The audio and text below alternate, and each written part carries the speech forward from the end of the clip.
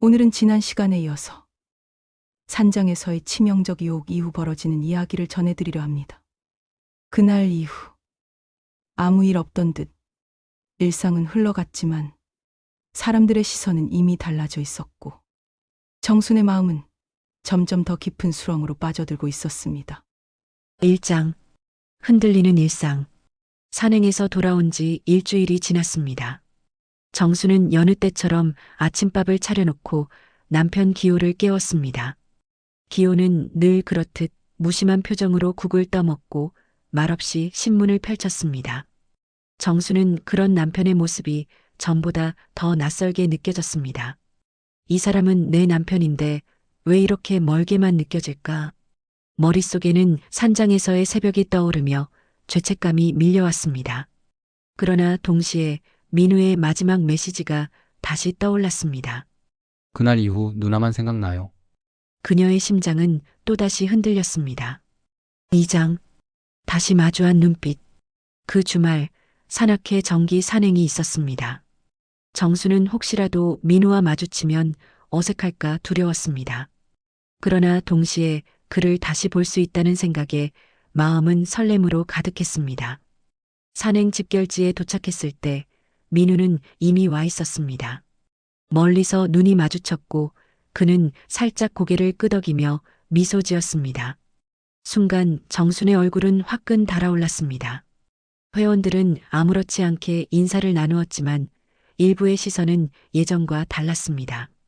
특히 산악회 총무를 맡은 미정은 유난히 두 사람을 유심히 바라보는 듯 했습니다. 미정은 수다스럽고 눈치 빠른 사람이었기에 정수는 괜히 불안해졌습니다. 3장. 번져가는 소문. 산행이 끝나고 점심 식사를 할 때였습니다. 회원들 몇 명이 모여 웃으며 농담을 나누다가 한 여성이 말했습니다. 지난번 비박 산행에서 민우 씨가 누구 팔을 잡아주던데? 아주 다정하게 말이야. 순간 정순의 손에 쥔 젓가락이 덜컥 떨어졌습니다. 다른 이들은 별일 아니라는 듯 웃고 넘어갔지만 그 말투에는 묘한 뉘앙스가 담겨 있었습니다. 정수는 애써 웃어넘겼지만 심장은 쿵쾅거렸습니다. 옆자리에 있던 민우는 담담하게 대꾸했습니다. 산길이 미끄러워서 그냥 잡아드린 겁니다. 오해하지 마세요. 그 말에 모두 웃으며 다시 대화가 흘러갔지만 정수는 온몸이 얼어붙은 듯 했습니다. 4장. 불안한 밤. 그날 밤 정수는 잠을 이루지 못했습니다. 남편이 골아떨어져 있는 옆에서 눈을 감아도 머릿속에서는 산악회 회원들의 표정이 떠올랐습니다. 혹시 다 눈치챈 건 아닐까? 내가 그날 아침 너무 얼굴이 달아올라 있었던 건 아니었을까? 내려올 때 민우가 날 잡아준 그 순간 누가 본 건 아닐까? 불안은 꼬리에 꼬리를 물고 이어졌습니다. 그리고 다시 떠오르는 민우의 눈빛, 그날 새벽의 속삭임. 정수는 베개를 끌어안고 몸을 웅크렸습니다. 마치 심장이 무너져 내리는 듯 숨이 막혔습니다. 5장. 다시 피어난 불씨. 며칠 후 정수는 장을 보러 나갔다가 돌아오는 길에 휴대폰 진동을 느꼈습니다. 민우의 메시지였습니다. 누나 괜찮으세요? 요즘 표정이 많이 어두우시던데. 그 한 줄이 또다시 그녀를 흔들었습니다. 정수는 망설이다가 답장을 보냈습니다. 아무렇지 않은 척하기가 힘드네요. 잠시 후 답장이 도착했습니다. 저도 그렇습니다. 누나만 보면 마음이 흔들려서 도저히 모른 척할 수가 없어요. 정수는 핸드폰을 꼭 쥐었습니다. 끝내야 한다는 생각과 다시 보고 싶다는 갈망이 서로 싸우고 있었습니다. 6장. 위험한 미래. 결국 두 사람은 산악회가 없는 날 시내의 작은 카페에서 마주하게 되었습니다. 평범한 테이블에 마주 앉았지만 둘 사이의 공기는 결코 평범하지 않았습니다. 누나 저도 알고 있어요. 이러면 안 된다는 거. 하지만 마음이 자꾸 앞서네요. 민우의 눈빛은 진지했습니다. 정수는 떨리는 목소리로 대답했습니다. 나도 알아요. 다 잘못된 거라는 거. 그런데 그날 이후로 난 자꾸만 당신 생각만 해요. 그 말과 함께 두 사람의 손이 테이블 아래에서 맞닿았습니다.